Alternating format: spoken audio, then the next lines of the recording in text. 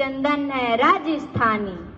राणा रत्न सिंह को छल से कैद किया खिलजी ने, कालजयी मित्रों से मिलकर दगा किया खिलजी ने।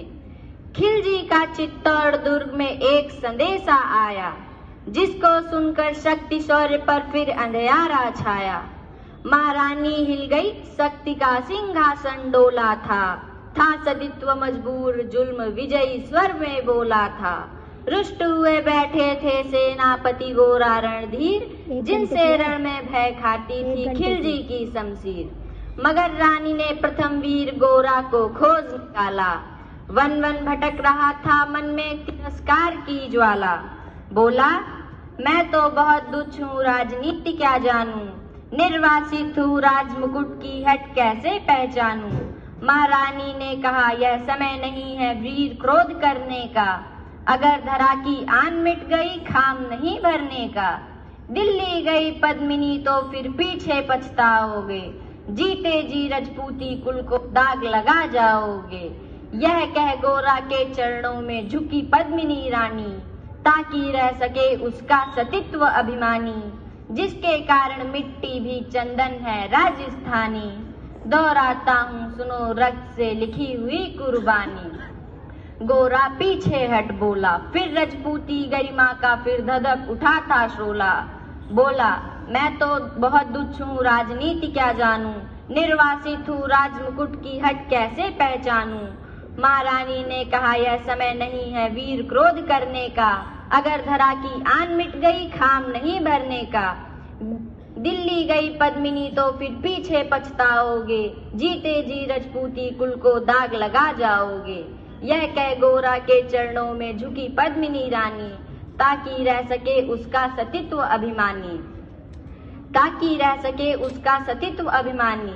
यह क्या करती हो गोरा पीछे हट बोला, फिर रजपूती गरिमा का फिर धधक उठाता सोला। बोला, तुम सिसोदिया कुल की जगदम्बा हो, प्राण प्रतिष्ठा ज्योतिलिंग की ज्योति अग्निगंधा हो। तुम निश्चिंत रहो महलों में देखो समर भवानी, और खिलजी देखेगा केसरिया तलवारों का पानी, और खिलजी देखेगा केसरिया तलवारों का पानी।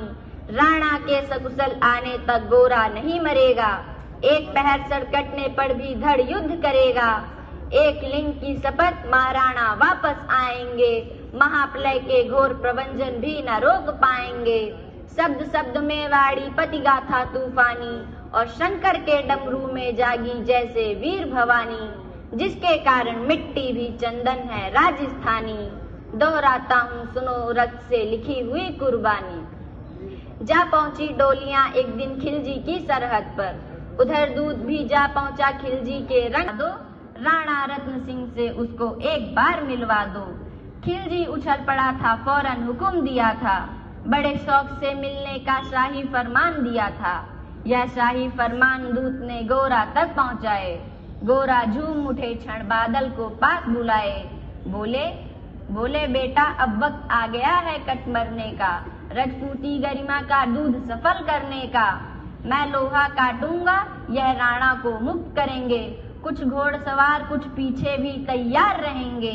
जैसे ही राणा आए वह सब आंधी बन जाएं, और उन्हें चित्तौड़ दुर्ग तक वह सकुशल पहुंचाएं।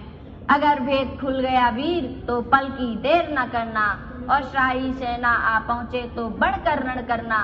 मेरे लाल लाडले बादल आन न जाने पाए, तिल तिल कट मरना मेवाड़ी मान न जाने पाए।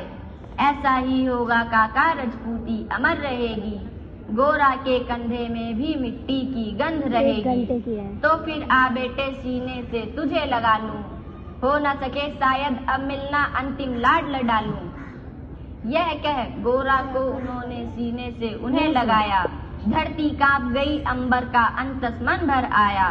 सावधान कह पुणे पथ पर बढ़े गोरा सेनानी, पोंछ लिया झट से मुड़कर बूढ़ी आंखों का पानी, पोंछ लिया झट से मुड़कर बूढ़ी आंखों का पानी, जिसके कारण मिट्टी भी चंदन है राजस्थानी।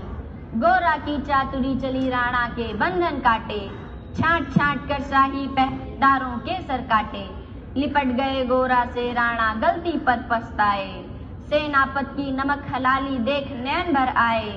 मगर खिलजी का सेनापति पहले से ही शंकित था, वह मेवाड़ी चट्टानी वीरों से आतंकित था। जब उसने लिया समझ पद्मिनी नहीं आई है, जब उसने लिया समझ पद्मिनी नहीं आई है, राणा रत्न सिंह की सेना खिलजी की मौत साथ लाई है। पहले से तैयार सैन्य दल को उसने ललकारा, निकल पड़ा दिंडी दल का फिर बजने लगा नगाड़ा, निकल पड़ा दिंडी दल का फिर बजने लगा नगाड़ा। दृष्टि फिरी गोरा की राणा को समझाया, रण मतवाले को रोका जबरन चित्तौड़ पठाया, रण मतवाले को रोका जबरन चित्तौड़